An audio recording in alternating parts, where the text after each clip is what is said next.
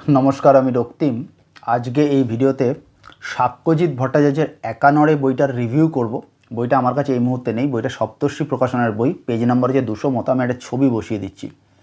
এই বইটার সাজেশন এসেছিল আমার লেখক বন্ধু সিদ্ধার্থ পালের কাছ থেকে, তাই সিদ্ধার্থকে ধন্যবাদ দেব এত সুন্দর একটা বই আমাকে রেকমেন্ড করার জন্য, কারণ বইটা পড়ে আমার দারুণ লেগেছে। তো রিভিউ শুরু করার আগে বলি, এখন মোটামুটি আমি ভয়ের গল্পের ইতিহাস বা ভয়ের গল্পের গবেষক নই। সুতরাং ভয়ের গল্প বা ভয়ের সিনেমা হিচকক কীভাবে বানাতো, জার্মানিতে কীভাবে হতো, ইটালিতে কীভাবে হতো, ল্যাটিন আমেরিকায় কীভাবে হতো, এই সমস্ত কিছু বলতে পারবো না, আমি জানি না। ভয়ের গল্প সম্বন্ধে আমি মোটামুটি ব্রডলি ভয়ের গল্পকে দুটো ক্যাটেগরিতে ভাগ করেছি। একটা ভয়ের গল্প হচ্ছে যেটা অ্যাম্বিয়েন্স বেসড ভয়ের গল্প, অর্থাৎ ভয়ের পরিবেশ পরিস্থিতি তৈরি করা। আরেকটা হচ্ছে কন্টেন্ট বেসড ভয়ের গল্প বা চরিত্র বেসড ভয়ের গল্প, যে ভয়ের গল্পে বেসিক্যালি কোনো ভয়ের কোনো ক্যারেক্টার থাকে, কোনো ভূত থাকে, মামদো শাকচুন্নি এই টাইপের কিছু থাকা। এবং দেখা গেছে বেশিরভাগ ক্ষেত্রে অ্যাম্বিয়েন্স যারা ক্রিয়েট করতে পারেন, বেশিরভাগ ক্ষেত্রে দেখা যায় যে তাদের বইগুলোর জনপ্রিয়তা বেশি থাকে। তার কারণ মানুষ যে পারিপার্শ্বকেন্দ্রিক ভয়, সেই পারিপার্শ্বকেন্দ্রিক ভয়টাকে অনেক বেশি এনজয় করে, পাঠক অনেক বেশি এনজয় করে, এবং বলাই বাহুল্য আমিও অনেক বেশি এনজয় করি। এইবার সাক্ষ্যজিৎ ভট্টাচার্য এই একানরেতে কোন রাস্তায় হাঁটলেন? উনি একটা হাইব্রিড রাস্তায় হেঁটেছেন। অর্থাৎ উনার এই ভয়ের উপন্যাসে 200 পেজের এই সুদীর্ঘ উপন্যাস, সুদীর্ঘই বলছি তখন বহু ঘটনা, বহু চরিত্র এবং বহু টার্নস অ্যান্ড টুইস্ট রয়েছে এই পুরো উপন্যাসটায়। উনি প্রায় 60 থেকে 70% অ্যাম্বিয়েন্স বেসড ভয়ের অ্যাপ্রোচ নিয়েছেন, আর আরেকটা হচ্ছে ওই চরিত্র বেসড বা ভূত বেসড ভয়ের অ্যাপ্রোচ উনি ফলো করেছেন। অর্থাৎ উনার যদি গল্পটা 100 হয়, তার মধ্যে 70% উনি অ্যাম্বিয়েন্স ক্রিয়েট করে ভয় দেখিয়েছেন, আর বাকি 30% একটা চরিত্র যার মধ্যে কিছু মানসিক সমস্যা রয়েছে। এবং যে ভূত একানরে ভূতটা নিয়ে আমি গুগল করলাম, বুঝলাম যে যারা এক পায়ে চলে এরকম একটা ভূত হচ্ছে একানরে। এই মোটামুটি এই দুটো জিনিসকে হাইব্রিড কায়দায় মিশিয়ে সাক্ষ্যজিৎ ভট্টাচার্য এই গল্পটাকে দাঁড় করিয়েছেন, এবং দাঁড় করিয়েছেন বলেই এই উপন্যাসটা এত সুন্দর একটা জায়গায় যেতে পেরেছে।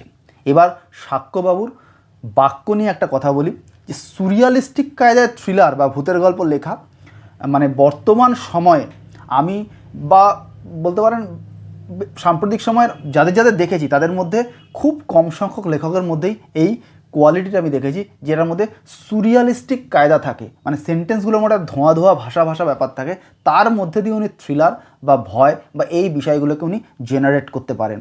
সাক্ষ্যজিৎ ভট্টাচার্যের সেন্টেন্সের যে স্কিল এবং ক্যারেক্টার বিল্ডিংয়ের যে স্কিল এবং অ্যাম্বিয়েন্স তৈরির যে স্কিল, প্রত্যেকটা skill to its highest level এই উপন্যাসে ব্যবহৃত হয়েছে।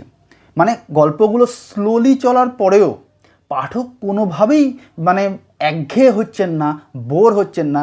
এইটা যে এই অসাধারণ স্কিলটা সাক্ষ্যজিৎ ভট্টাচার্য যেভাবে উনি করায়ত্ত করেছেন শেষ স্মৃত পাখি থেকে, ওনার পড়া প্রথম উপন্যাস শেষ স্মৃত পাখি, এটার অন্যতম বড় কারণ হচ্ছে ওনার সুরিয়ালিস্টিক কায়দায় সেন্টেন্স লেখা, যে সেন্টেন্স পাঠককে মায়াময় করে তোলে এবং আরও ইনভলভ করে তোলে।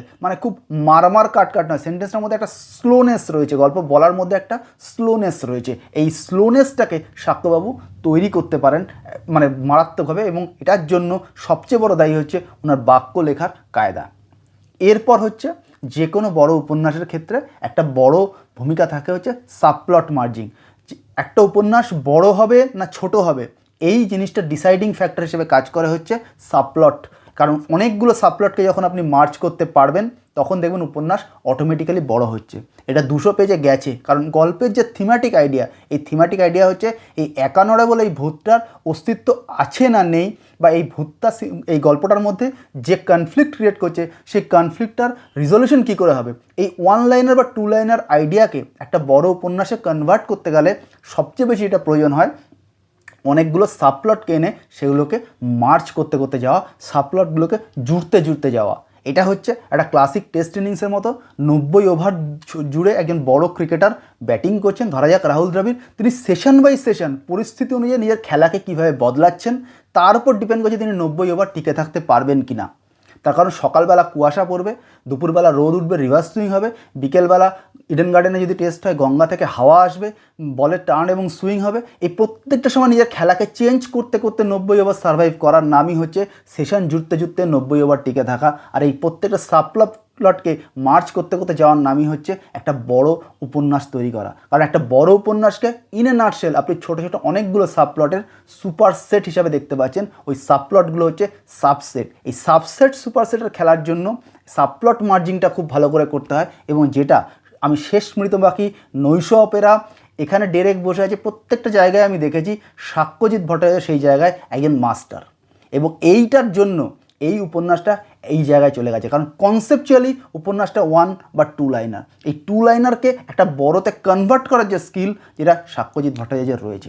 এবং যে কোনো থ্রিলারের ক্ষেত্রে লক্ষ্য করেছি আমার জন্য যেটা ওয়ার্ক করে সেটা হচ্ছে শেষের দিকে একটা টেক্কা রেখে দেওয়া, অর্থাৎ পাঠককে শেষ অবধি কনফিউজ করে দেওয়া।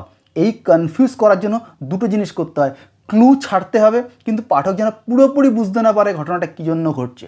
সেই ক্লু ছাড়ার রেশিওটা বা প্রপোর্শনটা সঠিক হতে হবে, যেই বোধ সাক্ষ্যজিৎ ভট্টাচার্যের লেখক হিসাবে কিন্তু সাংঘাতিক রকমের রয়েছে।